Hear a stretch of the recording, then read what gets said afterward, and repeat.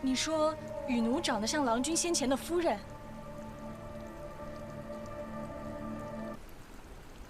你是何人？怎敢在我裴府如此放肆？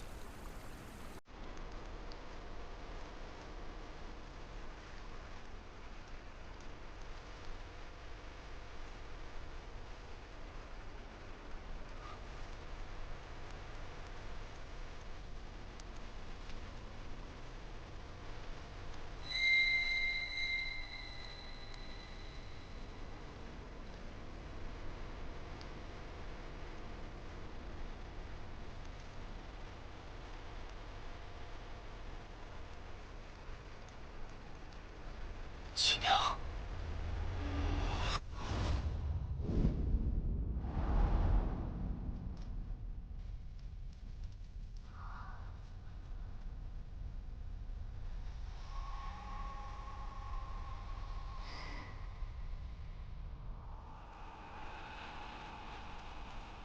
箫声怎么说停就停？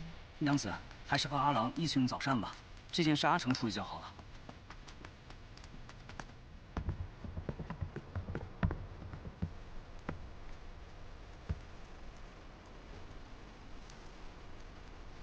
雨奴见过郎君。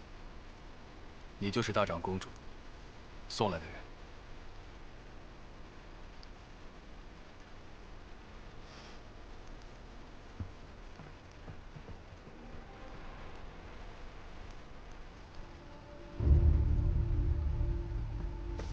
娘子千万不要误会，事情真不是您想的那样。既然怕我误会，就更该对我说实话。阿成，这女子和守约可是旧相识。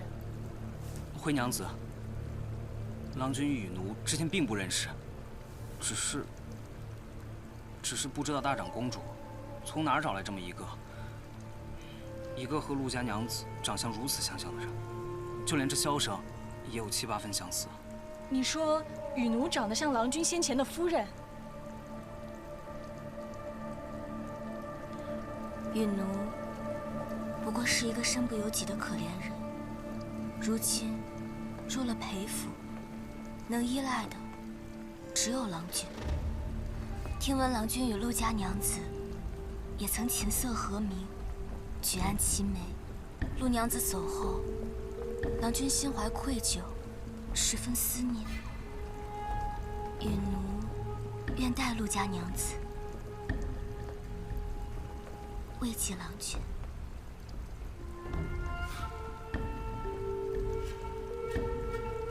大长公主还真是步步为营。阿尼，雨奴的买奴器呢？不曾送来。娘子要雨奴的买奴器作甚？ 难道是要把它卖了？娘子，这万万不可呀！大长公主送来的，说是个女婢，其实也算半个主子了。这供着也就罢了，哪敢往外卖啊？而且就算我们要卖，恐怕也无人敢收。谁说我要卖啊？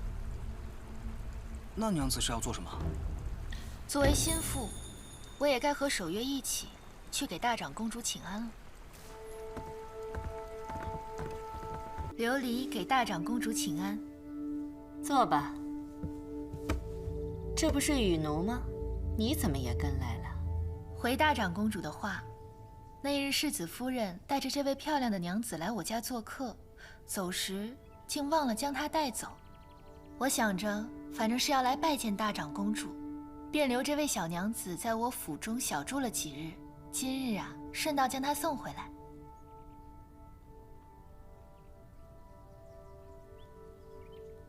阿崔，你是怎么办事的呀？阿佳误会了，那日媳妇说的明明白白，这雨奴是阿佳您赐给守约和库迪大娘的女婢，媳妇啊还特意叮嘱，叫雨奴好生赐奉主君主母。大娘，难道你忘了不成啊？哎呦，让大长公主和世子夫人见笑了。 只是那日世子夫人送雨奴来时，忘了留下她的身契。琉璃年轻不懂事儿，就揣度着哪有送婢子不送身契的道理，这才误会了。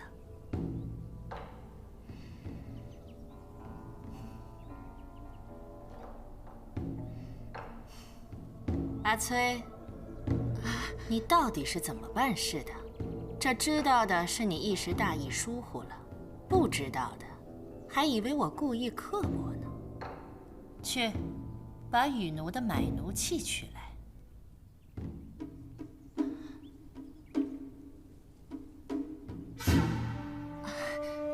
是。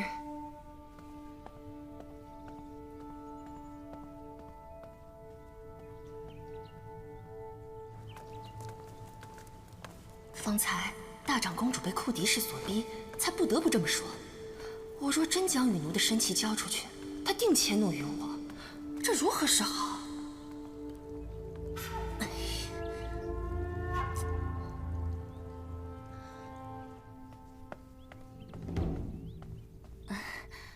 回禀阿家，媳妇愚钝，竟将羽奴的身契与别的文书弄混，落在了别院。我已命人去取，等取了来，就立刻给大娘送到府上去。那便有劳世子夫人了。琉璃就谢过大长公主了。羽奴这份厚礼，那我就收下了。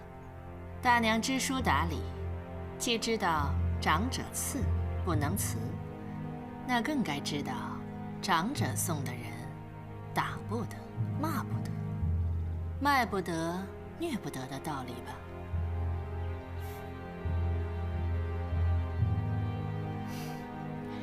大长公主这么说，可真是折煞琉璃了。像羽奴这么个玉葱似的妙人，别说我舍不得，守约也是断断舍不得的。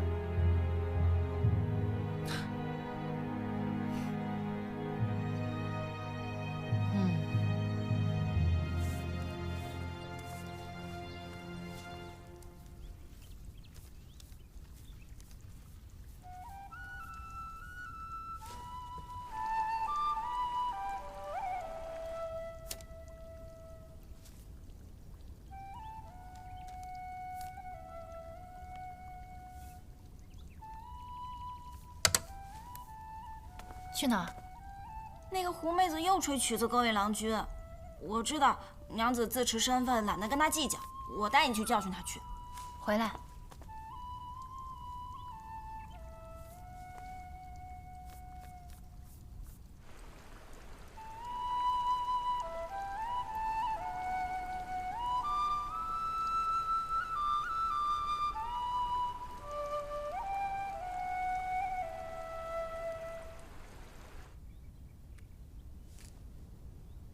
吹得好端端的，怎么突然又停了？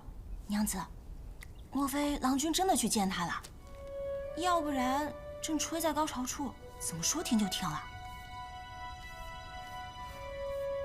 他成日吹箫，并不是真指望阿郎去见他，而是想借此离间我们夫妻的感情。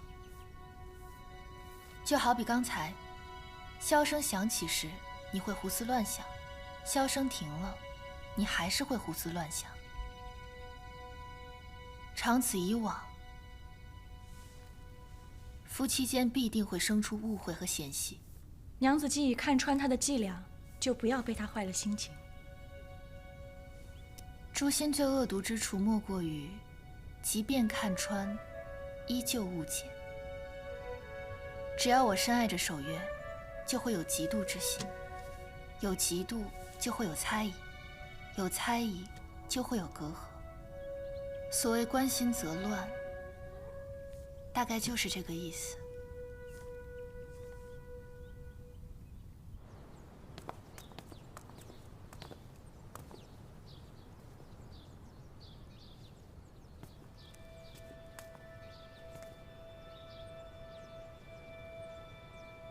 阿成，在。这花是你放的吗？禀郎君，这花不是我放的。是我放的。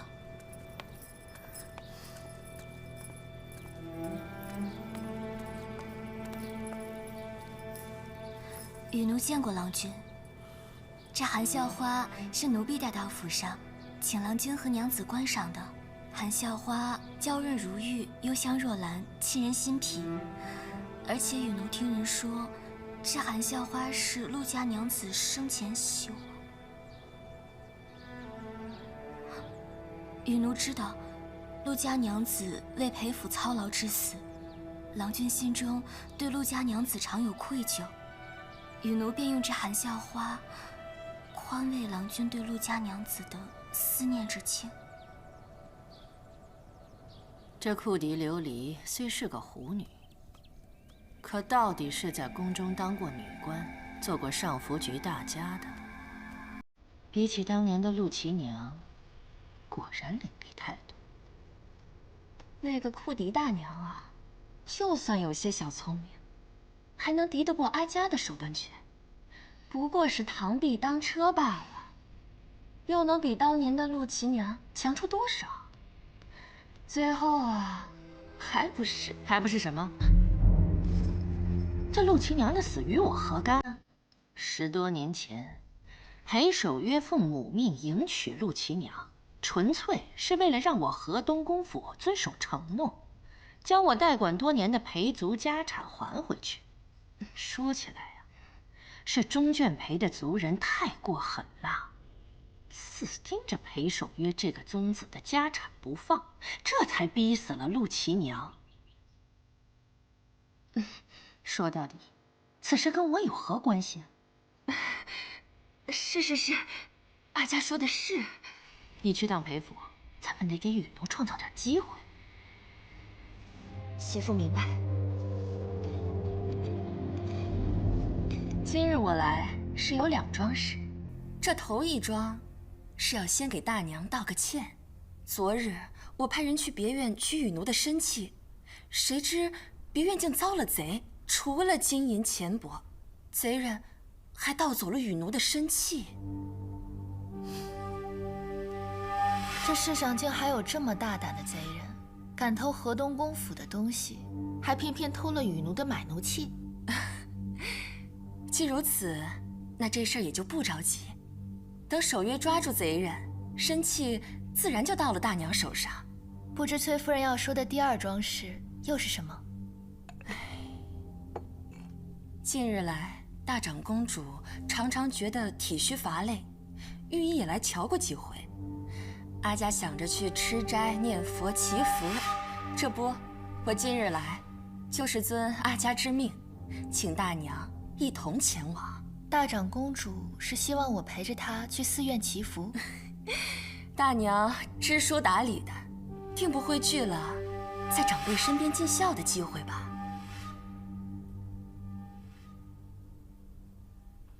事关大长公主的安康，琉璃若能略尽孝心，自是求之不得。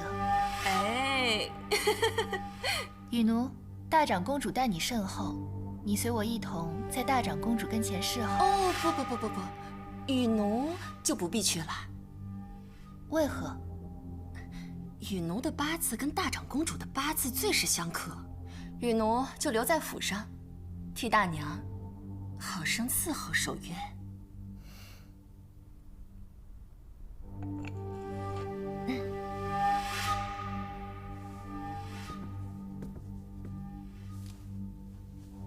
请崔夫人在大长公主面前代为回禀，雨奴定会小心服侍郎君，绝对不会有丝毫懈怠。那我就不叨扰了。明日一早我来接大娘。崔夫人慢走。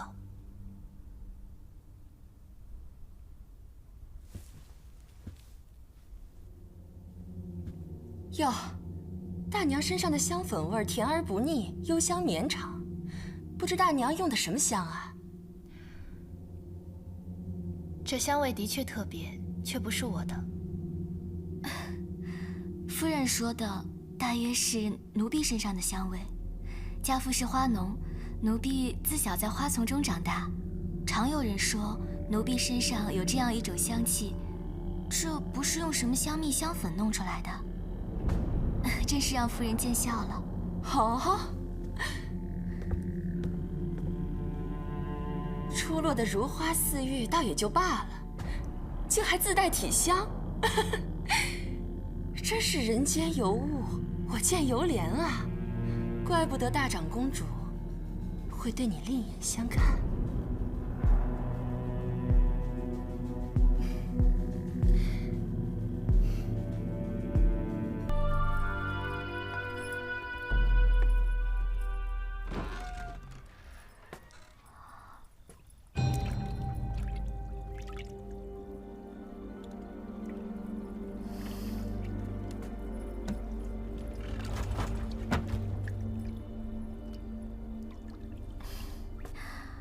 郎君怕什么？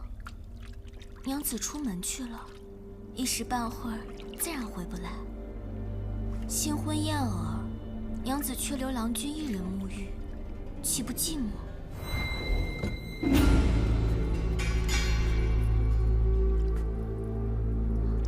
雨奴知道，郎君忘不了仙夫人，不如今夜就把雨奴当作仙夫人，以慰思念之情。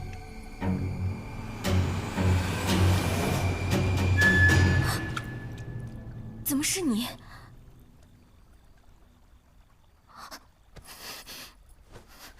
好个不知悔改的东西，还不跪下！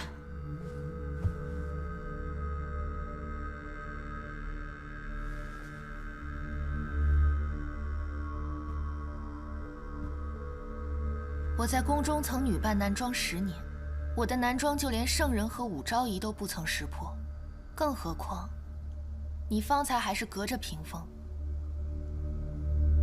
雨奴，我念你受大长公主胁迫，所以设法要回你的买奴契，又给了你一次机会。可你非但不懂珍惜，还一意孤行，不知悔改，这就怨不得我这当主母的手下不留情面了。我还很好奇，大长公主给你的盒子里究竟是什么宝贝，值得你为了她不顾生命，再次挑战我的底线？禀娘子，我在大长公主赐给雨奴的木盒夹层中找到了这个半张地契。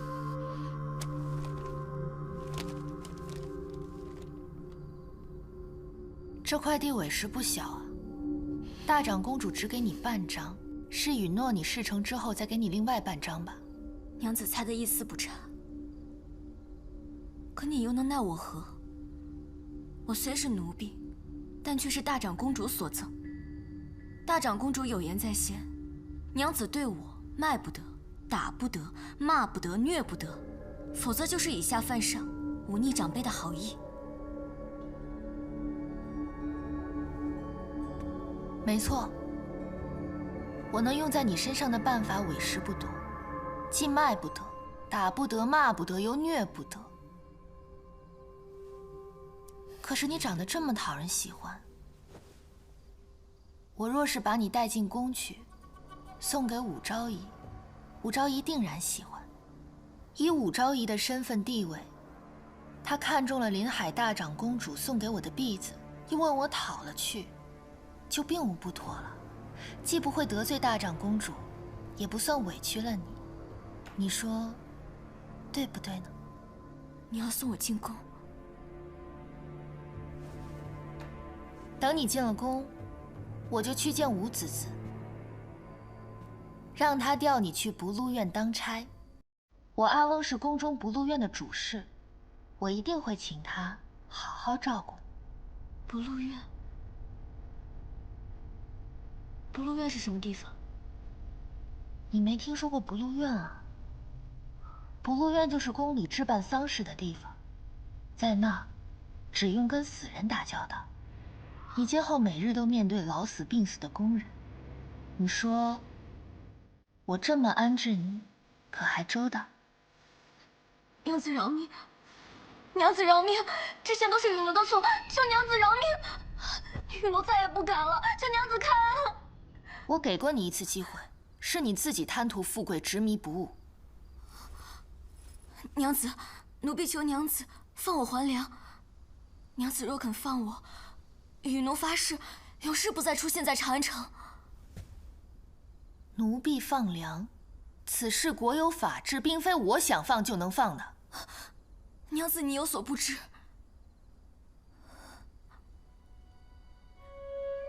雨奴本就是良家子，虽在平康坊得贾母悉心教养，但却未曾入教坊之际。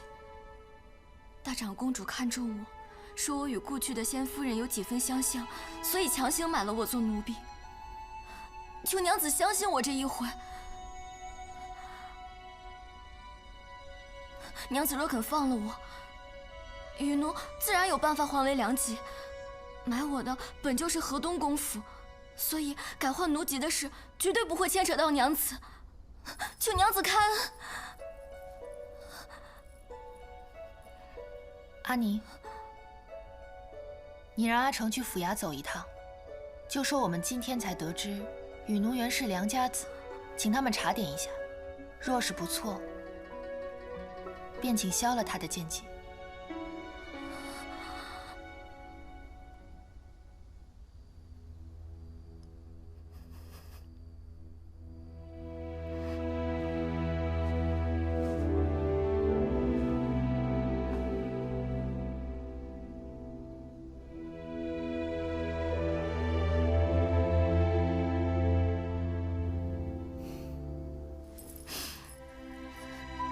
娘子大恩，余奴无以为报，请娘子一定要保重身体。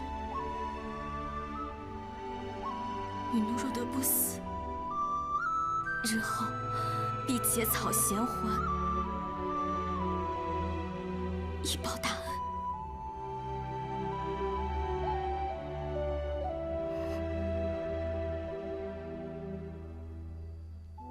雨奴，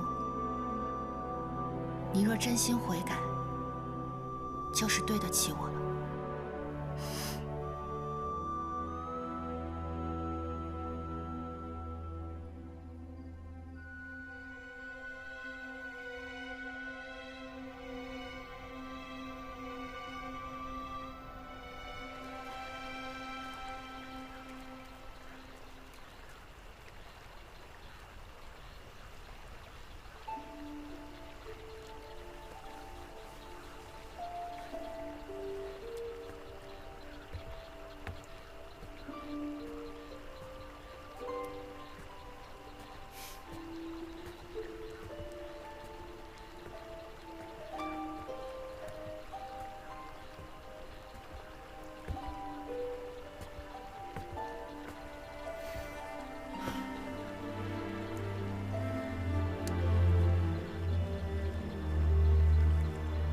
阿成找到新的宅院了，我们下个月一起搬过去吧。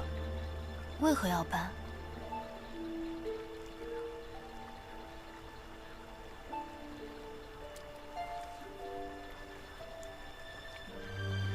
这个家我很喜欢，我们不要搬好不好？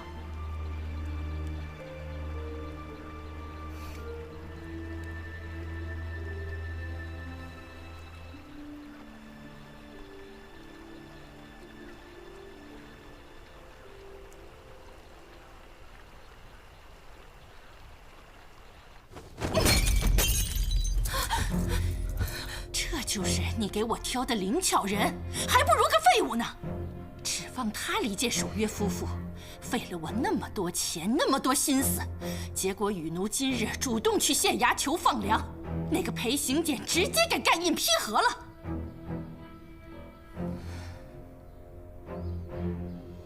我还能活多少年？